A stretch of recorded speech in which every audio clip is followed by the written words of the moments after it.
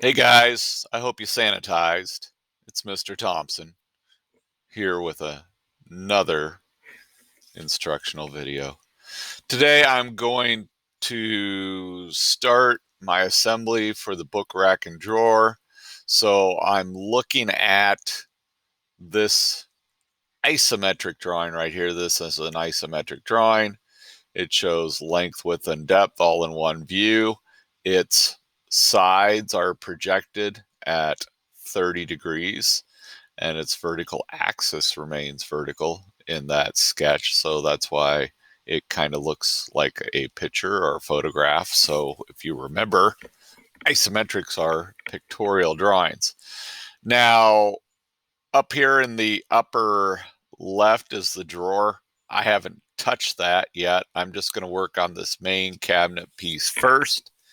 And so I'm going to go to my Inventor that I already have open. And I'm going to show you that I have my shelf open. I have my left side. I have my right side somewhere there. Yes. And I have my back assembly, which looks like one block, but if I tilt it around, you can see the lines of those pieces. And I have my constraints expanded over here in my model browser, which is showing me the history of those assemblies. Um, but hopefully you've gotten past all this by this point. So I'm going to go File, New, Standard IM, a standard assembly, and Create. And I'm going to place those pieces that I have open. So I'm going to click on Place. Goes to my folder where I've been saving. I'm going to click on Date Modified. And I have my shelf. I have my left side. I have my back. And somewhere in there, I should have my right side as well, although it's not jumping out at me, so I might have to look for that a little bit. So I'll start with the top. I have the shelf, and I'm going to zoom out. I have two of those. So zoom with my mouse wheel. I'm going to place those two in there. Then I'm going to hit escape because I don't need three. Don't click, hit escape. I'm going to go to place again. I might as well grab my left side while I can find it. So I only need one of those. Escape. I'm going to, see over there, there's my right side in recent documents. That makes that easy. Nope, that opens that. I wanted to place it. Doggone it. Back to my assembly. So place, and I need my back assembly. So I'll put that in there. Now I have to figure out where I put that right side, because that right side's right here. I could right click, and sometimes you can copy it, but that's not working for me now. So I'm just going to go File, Save As, and that shows me that it is in my folder. So I'm going to click Cancel. I just need to look harder. So back to here, Place, and it's called B&D right side. It wasn't the last thing I did, so where did it go? I know it's in there. And my eyes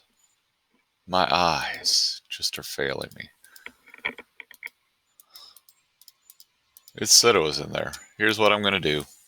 B&D. Let's look at the file name. B&D right side B. And there it is, right side. Just start typing in that file name if you're being dumb like me. Okay, escape. So here's some pieces. Now, what's going to help me the most is if I kind of jockey things into position. So if I go each piece, I go right click, and there's a free rotate. So I might carefully face this out a little bit, hit escape, come over to this one, right click, free rotate. Whoa, wrong one. Escape, right click, free rotate. It's bouncing over there. It's not helping me. Set that in the back. Shelf, right click, free rotate. Kind of swing it around so it's in the right place. Escape, right click, free rotate. All right, it went to that shelf. Okay. So that was behaving. Escape. So I got things kind of where I want them. Similar process to doing the back. I go to constrain. Type is going to be mate. Solution, mate is like a magnet. Flush lines things up. So often I do one mate, two flushes. So we'll try that. So I'm going to start with the shelves. I want to carefully get just the inside here. And I'm going to zoom out, grab my view cube, and I'm carefully going to get this side of the shelf. Apply. I'm going to go flush. I'm going to flush the faces. Apply. Now I have a little bit of a gap under there. I might fix that with a mate. See that little gap? Yours more than likely is going to behave differently, but I'm going to fix that gap. I'm going to go back to mate. I'm going to zoom in, and I'm going to pick just this little tiny edge. And that little edge is going to be mated with this longer edge here. Apply. I'm going to close this window, little house to zoom out, and I'm going to grab this and see if it stays together. So it stays together real good. So I'm going to do a similar thing with my bottom shelf. I'm going to go constrain. I want just that inside surface. And hopefully it goes to this edge of my shelf. I think that's okay, but that looks super goofy. And what you don't see is that they're mated on the same plane. So that edge plane and that edge plane lines up. It just freaks you out a little bit, but we'll fix that. We'll go flush, and we'll flush this to the front face. Apply. And still you're like, what's going on? Well, it's flushed.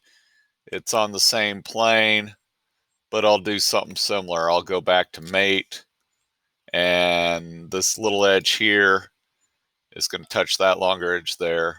Apply, close that window, little house, and I totally messed that up. You see that? I used the wrong edge. So what am I going to do? Well, I'm going to hover over where that shelf is, and I'm going to delete my constraint. So it's this shelf here, shelf 1, not shelf 2. I'm going to expand that in the model browser, and I'm going to right click and delete all these constraints because I totally messed that up. So what I should have done is this front piece is that shorter edge. I put the longer edge in there. Let's see if I can fix it. And I don't have it placed well, so I might freak the computer out, but no, I'm okay. Gonna go back to flush, shelves line up, we're good, back to mate, short edge, long edge, like we did before. Now, what happened? It didn't like something, so I'm gonna cancel the operation. It felt like it was fixed to something, so I'm gonna have to try something different. Let me grab this. Let me try a different edge. In my mind, I think that should have worked, but the software didn't want to work with me on that. So I'll try this edge and this long edge. I basically just did the same thing in a different spot, and it worked that time. So it doesn't always agree with you right away. Well, I'm going to stop right here because I don't want to give everything away to you. But what you'll need to do now is mate up your right side and mate up your back so that you have that full cabinet assembly. So I hope you have good luck with this.